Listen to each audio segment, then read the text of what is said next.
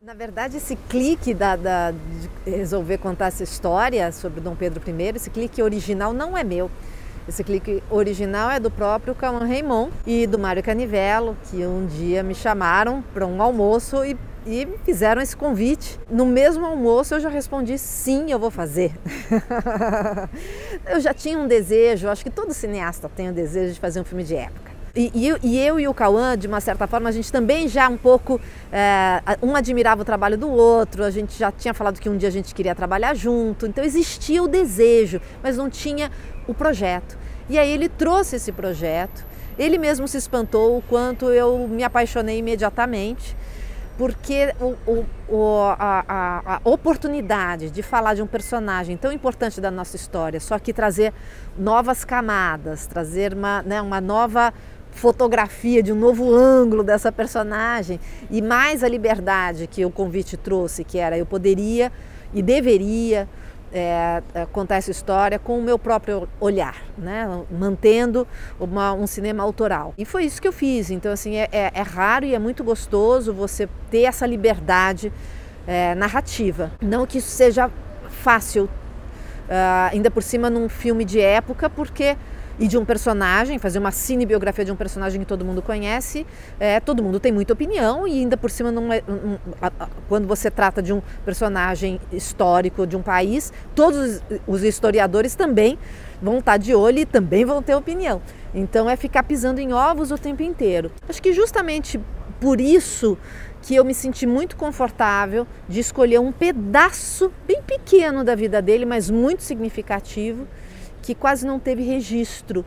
E isso eu fiquei muito à vontade para poder imaginar o que poderia ter acontecido, que é justamente essa travessia, esse retorno do Dom Pedro I à Europa, né? No momento em que ele sai, o oposto daquele nosso imaginário do homem poderoso que fez a independência desse país, um país continental, mas ele vai embora chutado, fragilizado, doente, emocionalmente em crise, ou seja, o oposto de tudo, e a gente não fala disso. E eu acho que é curioso também, assim, que no Brasil a gente também fala muito dele até esse momento em que ele entra na embarcação e vai embora. E o que aconteceu na vida dele depois? Nós brasileiros não estudamos isso, a gente esquece, e aí a gente se volta pro filho que ficou e continuamos a nossa narrativa. E é engraçado que a mesma coisa acontece em Portugal.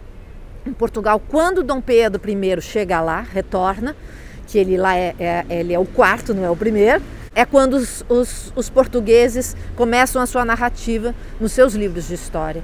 E para eles é muito inusitado e muito curioso toda essa vida pregressa, tudo isso que aconteceu na vida deles, se surpreendem, né? Assim, até se surpreendem também com esse homem tão bruto que ele foi aqui no Brasil, né? Assim, porque em Portugal ele de fato é considerado um herói, com estátua na Praça do Rossio em Lisboa, por ele ter tirado de fato Portugal do mundo das trevas, né? Do obscurantismo, do absolutismo, e colocar ali sim uma noção mais contemporânea e de liberdade, né? Assim, de liberdade de expressão, de pensamentos, que era uma coisa que de fato ele, Dom Pedro, estava muito afinado com esse pensamento que já brotava na Europa com muita força. Essa é a primeira sessão do filme no mundo, né? Então fazer essa primeira sessão na Mostra Internacional de Cinema de São Paulo, que é respeitada também no mundo inteiro, né? E fazer aqui nessa cidade, no Vão Livre do MASP, que é um espaço aberto, que a gente convida o público, uma sessão, ela é de graça, nesse espaço tão simbólico da cidade, e com este filme, a gente começando já a perceber que essa pandemia parece que vai ficar para trás. É um momento muito feliz, né? Que a gente estava aguardando, a gente achava que esse filme merecia uma sessão presencial, coletiva, porque ele é um filme também, eu chamo de um filme experiência, ele é muito sensorial, porque é um convite para uma viagem de barco, atravessar o Atlântico, né, sentir a calmaria, a tempestade, viver aquele barco, aquela angústia daquele barco naquela época, né? Assim, então não é uma viagem qualquer. Então quando a Renata Almeida fez esse convite, falou do vão livre do MASP, foi um presente para a gente. Imediatamente a gente falou, é aqui que ele vai nascer. Olá, sou o Isaac Graça e faço o Dom Miguel, irmão do Dom Pedro. Olá a todo mundo, meu nome é Welket Bungue e eu interpreto o Contra-Almirante Lars no filme. Para mim foi assim um processo normal de casting e de ir por várias fases. Foi um casting que durou muito tempo e eventualmente gostei, quando conheci a Laís na última fase, foi muito bom, a ligação que se criou foi muito boa e depois quando trabalhámos senti que estávamos a falar a mesma língua artística e que conseguíamos comunicar bem e claro que fiquei muito entusiasmado por ser dirigido por uma mulher e dois por uma mulher brasileira, que foi a minha primeira vez e fiquei com vontade de criar uma relação duradoura com esta mulher que eu acho espantosa, que é a Laís. Então, eu fiz o casting, salvo erro, em 2018, não é?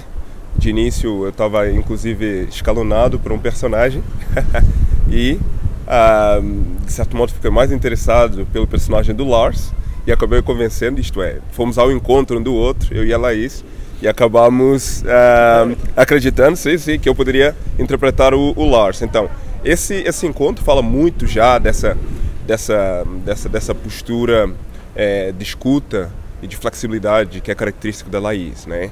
E portanto este é um filme com contornos históricos. Nós sabemos que há aqui liberdades poéticas, né? Nesta versão do filme A Viagem de Pedro, e o meu personagem, portanto, é um contra-almirante da Marinha Britânica, né? Desta embarcação que é o Warspite, que é comandado pelo Talbot.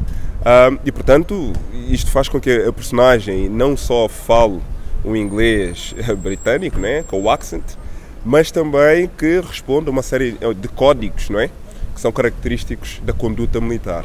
E portanto isso é interessante de se ver, né, num filme como este. E isto foi um trabalho conjunto, não é, que se fez não só com a tripulação do barco, né, porque filmámos mesmo no barco, mas também com a Laís, em que ela me deu algumas indicações, nomeadamente ao caráter do personagem. Para mim foram bastante importantes e interessantes, porque apesar de se tratar de um homem que responde a uma conduta militar, nós trabalhámos também a sensibilidade desse mesmo personagem. Isso é uma mais-valia de se trabalhar com pessoas com esta sensibilidade que foge às tendências hipermasculinizadas, se assim quisermos, e portanto isso é um ponto bastante positivo no trabalho com a Laís. Foi mesmo conhecer o Cauã, também foi tudo muito fluido, ele é muito disponível e tivemos os dois de nos disponibilizar a ter problemas um com o outro, mas de uma maneira profissional. Portanto trabalhámos muito sobre afastamento, sobre tensão, mas foi tudo muito bom de se viver. A preparação da personagem foi das piores da minha vida, porque eu gosto muito de trabalhar sobre a mudança do chip mental. Acho que é isso, para mim, que diferencia as personagens umas das outras, porque de resto somos seres humanos que querem comer, dormir e etc. Acho que é o clique que muda, e eu tive de criar uma mente muito diferente da minha, uma mente de extrema-direita, em que o poder e a tradição estão à frente de qualquer aspecto de humanidade, de relação, o que para mim seria mais natural. E depois tive de dar a volta para tentar humanizar a personagem, para não criar uma caricatura de um ditador, de um rei. Claro que tem muitas das características que eu acho que no senso comum são associadas ao Dom Miguel, a arrogância e uma certa fraqueza, e a arrogância que compensa essa fraqueza. Por outro lado, ajudou-me muito ler, passei muito tempo a ler e a perceber que o grande herói do Dom Miguel é a mãe, em termos ideológicos, Carlota Joaquina, que é a Luísa Cruz que faz, que ainda por cima é a minha atriz portuguesa favorita. Portanto, foi assim retirou a dificuldade da coisa. Consegui olhar para ela e perceber, eu consigo comer o discurso que ela me vende, mas foi eticamente muito doloroso. A preparação, para mim, é o seguinte, eu há uns anos atrás fiz Otelo, que é com algumas referências do caráter do Otelo, que eu visitei para interpretar esse personagem, naquilo que toca, diria, a lealdade, né? Lealdade, intrepidez, né? Mas também me inspirei nos negros britânicos pré-abolicionistas, né? Que isso era uma consciência bastante importante para esse personagem, né? Que é o Lars. O Lars vem de uma família onde ele teve a possibilidade de receber instrução e de conviver também com pessoas da alta sociedade, né? Então isso implicou que esse personagem não fosse vazio por debaixo daquela farda que ele carrega, né?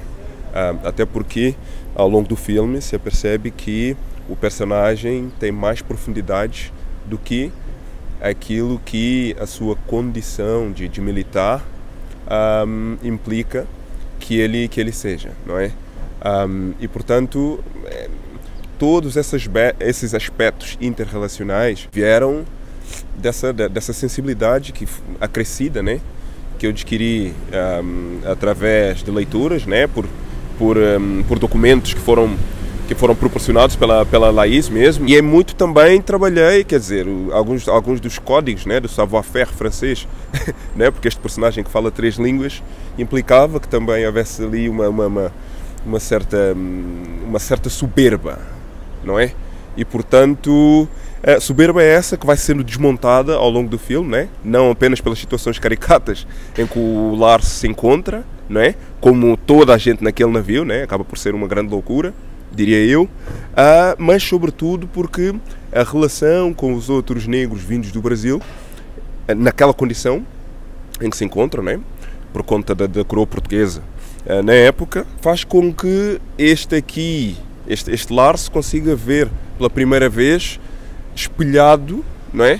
numa vida que felizmente não foi a sua, né?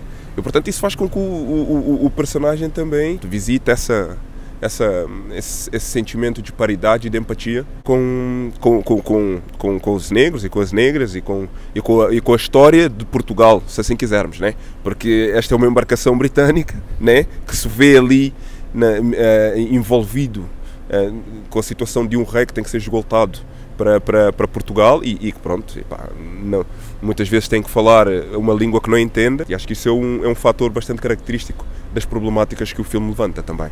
É assim, eu tenho muita confiança no material, no filme, na Laís e no... vou segurar, e no elenco, e tenho muita confiança nesta relação que a Laís tem com o público, mas eu em última instância não espero nada, estou só como uma criança de 6 anos assim, e tenho um quentinho no coração, mas não sei o que esperar, não sei quais é que são os resultados possíveis. Estou muito curioso. Eu tenho bastantes boas expectativas, não é? Porque o elenco é um elenco que brilha e que, como é que se diz, apela a uma certa simpatia por parte do público, não é? Porque é um elenco multicultural e internacionalizado, não é? Tem atores e atrizes vindos de vários quadrantes do mundo e que já trabalharam com cineastas de renome também, não só aqui no Brasil. E, portanto, esta é a minha expectativa, né? De que o público se consiga identificar com a história, não é? Porque a história é contada por todos nós, neste caso. Este sentimento de agenciamento, eu acho que é algo que me atraiu bastante no projeto e que é muitos de nós, não é? Porque acredito não, é factual que houve diálogo, não é?